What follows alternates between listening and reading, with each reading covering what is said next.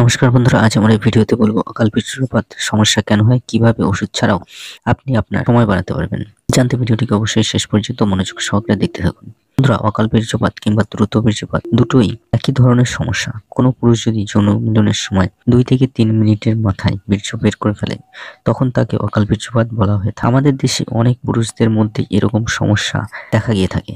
অনেকেরই গোপনে সমাধান আমি খুঁজে পায় না, কিন্তু অনেক সমাধানই আছে যা ওষুধ ছাড়া অকাল বীর্যপাত রোধ করা সম্ভব। কি সেই উপায় জানতে ভিডিওটিকে অবশ্যই শেষ পর্যন্ত দেখতে থাকুন। আর এমন ধরনের ভিডিও পেতে আমাদের চ্যানেলটিকে সাবস্ক্রাইব করে পাশের ঘন্টাটিকে বাজিয়ে দিন। ভিডিওটিকে একটি লাইক ও শেয়ার করতে একদমই ভুলবেন না। বন্ধুরা, অকাল বীর্যক্ষরণ যৌন সময়কালে পুরুষের দ্রুত বীর্যপাত এটি এক ধরনের সাধারণ যৌনগত সমস্যা। কিছু বিশেষজ্ঞদের মতে প্রতি 3 জন পুরুষদের মধ্যে একজনের এই সমস্যা আক্রান্ত হয়ে থাকেন। স্ত্রীজনিত পুরুষাঙ্গ প্রবেশের পর অঙ্গচালনার পরিণতি হিসেবে বীর্যপাত হয়ে থাকে। যোনিতে লিঙ্গ প্রবেশের সময় থেকে বীর্যপাত অবধি সময়কে বলা হয় বীর্যধারণ কাল বা বীর্যধারণ ক্ষমতা। কতক্ষণ অঙ্গচালনার পর বীর্য বের হবে তার কোনো সুনির্দিষ্ট সময়কাল নেই। পুরুষের বয়সের তারতম্যে পরিবেশ ভেদে বীর্যধারণ ক্ষমতা আলাদা আলাদা হতে দেখা গিয়ে থাকে। তবে নিয়মিত যদি যোনিতে লিঙ্গ প্রবেশের পূর্বে অথবা অপ্রতিরোধভাবে বীর্যপাত হয়ে থাকে তবে তা সমস্যা হিসেবে ধরা হয়। এটি একটি যৌন সমস্যা, কেননা এর ফলে পুরুষ প্রয়োজনীয় সময় ধরে অঙ্গচালনার সুখ থেকে বঞ্চিত হয়। অপরদিকে অকাল বীর্যপাতের ফলে পুরুষাঙ্গ নেতিয়ে পড়ে বলে স্ত্রীর সুখ সমাপ্তি হয়ে যায়। পুরুষের স্বাভাবিক বীর্যপাতের সময় সাধারণত 4 থেকে 8 মিনিট। এটা বিপরীত রোগ হচ্ছে বিলম্বিত বীর্যপাত। এই ধরনের সমস্যাগ্রস্ত পুরুষরা সাধারণত মানসিক বিষণ্ণতায় ভুগে থাকেন এবং লজ্জাজনক পরিস্থিতির মধ্যে শারীরিক সম্পর্ক এড়িয়ে চলতে চেষ্টা করে থাকেন।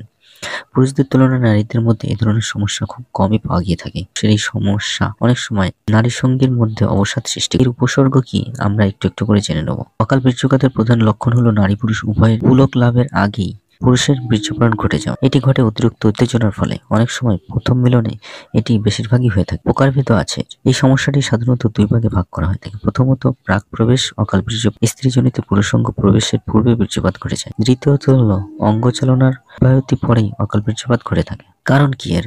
কি কারণে অকাল বীর্যপাত হচ্ছে তা কিন্তু নিরূপণ করতে বিশেষজ্ঞরা এখনো পর্যন্ত চেষ্টা চালিয়ে যাচ্ছেন। এক সময় করা হতো যে সমস্যাটা সম্পূর্ণই মানসিক। প্রাথমিক বয়সে যৌন অভিজ্ঞতা ঘটলে আর এমন এক ধরনের প্রতিষ্ঠিত হয় যে পরবর্তী জীবনে সেটা পরিবর্তন করাটা ভীষণ কঠিন। আজ আমরা এই ভিডিওতে তার কিছু আকার তুলে ধরবো, যেমন হলো লোকজনের দৃষ্টি এড়ানোর জন্য তড়িঘড়ি করে সেক্স করা, অপরাধবোধ যার কারণে যৌনক্রিয়ার সময় হঠাৎই বীর্যপাত ঘটে যায়। 3 নম্বর হলো অনেক বিষয়ে আপনার দ্রুত বীর্যপাত ঘটাতে পারে। এর মধ্যে আছে পুরুষত্বহীনতা।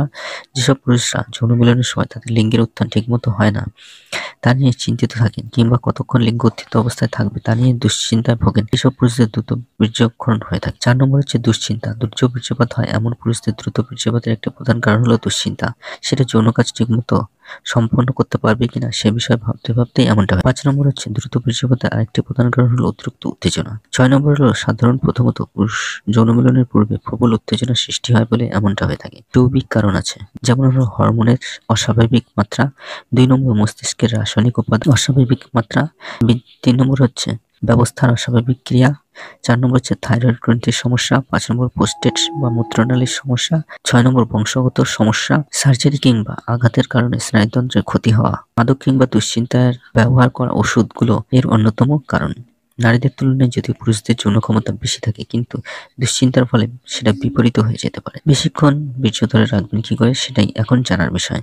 ছেলেদের যদি সেক্স করার সময় 10 মিনিটের মাথায় বীর্যপাত হয় সেটি সম্পূর্ণ স্বাভাবিক। একে দ্রুত বীর্যপাত কখনোই বলা যাবে না।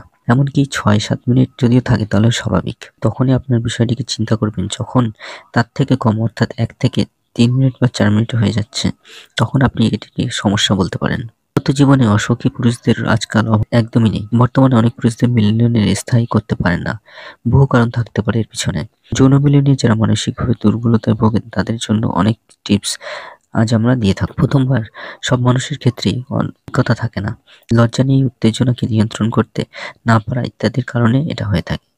চিন্তার কিছু নেই, সময় নিন, তাড়াহুড়ো মিলন করবেন না। চিকিৎসকের কাছে যাওয়ার প্রয়োজন হবে না বলে মনে করা হয়। মিলনের আগে অবশ্যই মনকে শান্ত রাখবেন। কোনোভাবে নিজেকে উত্তেজিত করবেন না। মনে আজে বাজে চিন্তা করবেন না। মনে রাখবেন যে যৌন মিলন ক্ষণস্থায়ী হওয়ার মূল কারণ হচ্ছে শারীরিক ও মানসিক দিক থেকে অস্থিরতা অনুভব করা। সকল প্রকার মানসিক এবং শারীরিক অস্থিরতার চাপ কমিয়ে নিজেকে সহজ করে নিন। পজিশনে বেশিক্ষণ করবেন না, পজিশনটাকে বদলা। কন্ডম ব্যবহার করুন। কারণ কন্ডোম ব্যবহার করলে বীর্যপাত দেরিতে হয়। কন্ডোম ইউজ করলে প্রসঙ্গ শিরশির ভাব কম হয়, যার কারণে বীর্যপাত দেরিতে হয়। যে কোনো নেশাজাত জিনিস আপনাকে পরিহার করতে হবে। অনেকদিন যাবৎ যৌন ক্ষমতা ধরে রাখার জন্য এবং যৌন মিলন দীর্ঘস্থায়ী করার জন্য তামাকজাত দ্রব্য, মদ, সিগারেট এগুলো বাদ দিতে হবে। যৌন মিলনের ক্ষেত্রে অবশ্যই ফোরপ্লে অনুসরণ করতে হবে। প্রয়োজনে বেশি করে ফোরপ্লে করবেন। বেশিক্ষণ এক আসনে যৌন মিলন করবেন না। ঘন ঘন আসন পরিবর্তন করুন।